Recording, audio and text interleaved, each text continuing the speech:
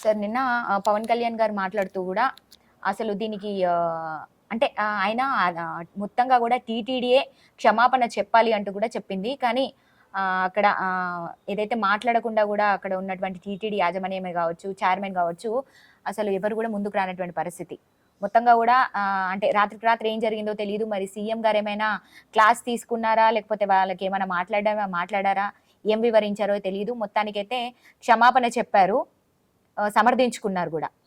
అసలు ఎట్లా చూడాలి ఈ సంఘటన? ఎవరు బాధ్యులు అంటారు? ఏం చెప్తారు ఈ అంశానికి సంబంధించి? బాధ్యులు ఎవరు అంటే ఖచ్చితంగా టీటీడీ బాధ్యత అమ్మా. ఎందుకంటే అక్కడ 4000 మంది పద్మావతి పార్క్ గార్డెన్ దగ్గర 4000 మంది జనాలు చేరితే 2000 మందికి ఎస్టిమేషన్ వేసారు ఫస్ట్. కానీ తీరా చూస్తే 4000 మంది దగ్గర చేరారు. 4000 మంది జరిగితే పోలీసులు కేవలం 20 మంది పోలీసులు. అక్కడ ప్రత్యక్ష సాక్షులు చెప్పారు కదా అన్న, 20 మంది పోలీసులు. 20 మంది పోలీసులు 4000 మంది జనాలను ఎట్లా కంట్రోల్ చేయగలరు?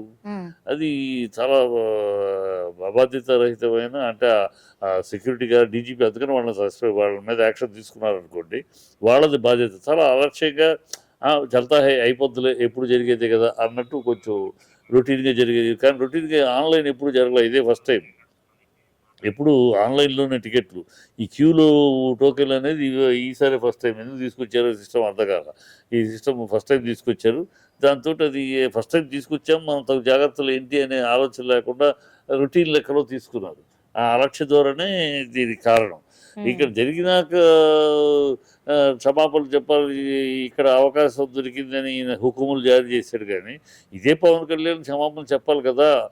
సినిమా ఫంక్షన్లో మోటార్ బైక్ మీద విన్యాసాలు చేయటం, పిల్లలను రెచ్చగొట్టి యూత్ని మీరు మోటార్ బైక్ మీద విన్యాసాలు చేసే వాళ్ళని హీరోలుగా వర్ణించి, హీరోలుగా మీరు వాళ్ళని ఏదో చేసినట్టు వాళ్ళు రెచ్చిపోయి వెళ్ళిపోతూ యాక్సిడెంట్ చేసి చచ్చిపోయారు ఇద్దరు. అప్పుడు క్షమాపణ చెప్పాలి. నేను అనవసరంగా పిల్లల మధ్య, యూత్ మధ్య, అసలే యూత్ వాళ్ళని నేను రెచ్చగొట్టి యాక్సిలేటర్ పెంచి విన్యాసాలు చేస్తుంటే అది కదా హీరోయిజం, అది కదా అని చెప్పటం వల్ల కదా వాళ్ళు రెచ్చిపోయారు. అక్కడ క్షమాపణ చెప్పాలి, అక్కడ క్షమాపణ చెప్పాలా. క్షమాపణ చెప్పే లోపల ఇది జరిగింది. ఇప్పుడు దీన్ని అడ్వాంటేజ్ తీసుకుని తను ఎస్కేప్ అయ్యి వీళ్ళందరినీ క్షమాపణ చెప్పమన్నాడు. అది ముందు పట్టించుకోలే ఎవరు, ఏదో అన్నాడు. మరి చంద్రబాబు పరిస్థితి పాపం డోలామయమైన పరిస్థితి కదా. ఇప్పుడు పవన్ కళ్యాణ్ కాదు అనలేడు, నువ్వు అవును అనలేడు. పవన్ కళ్యాణ్ అవును అంటా ఉంటే పెరిగిపోతా ఉన్నాడు పవన్ కళ్యాణ్.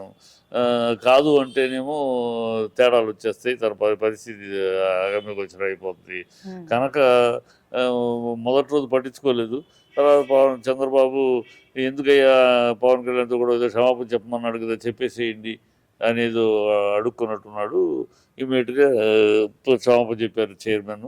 ఆయన చైర్మన్ పాపం ఆయన ముందు నుంచి కూడా ఏమి డబాయింపు సెక్షన్లో లేడు. జరిగింది ముందు నుంచి చెప్తున్నాడు. డిఎస్పీ తప్పిదం అని మొదటే చెప్పాడు ఆయన.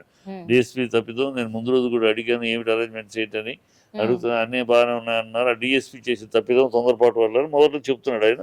అలాగే క్షమాపణ చెప్పాడు. ఆయనది మనం తప్పట్టడానికి ఏం లేదు. అక్కడ పోలీస్ వ్యవస్థ, ఆ సెక్యూరిటీ ఏర్పాటు, ఆ సెక్యూరిటీ ఇన్స్పెక్టర్ ఇన్ఛార్జ్ వాళ్ళది తప్పు.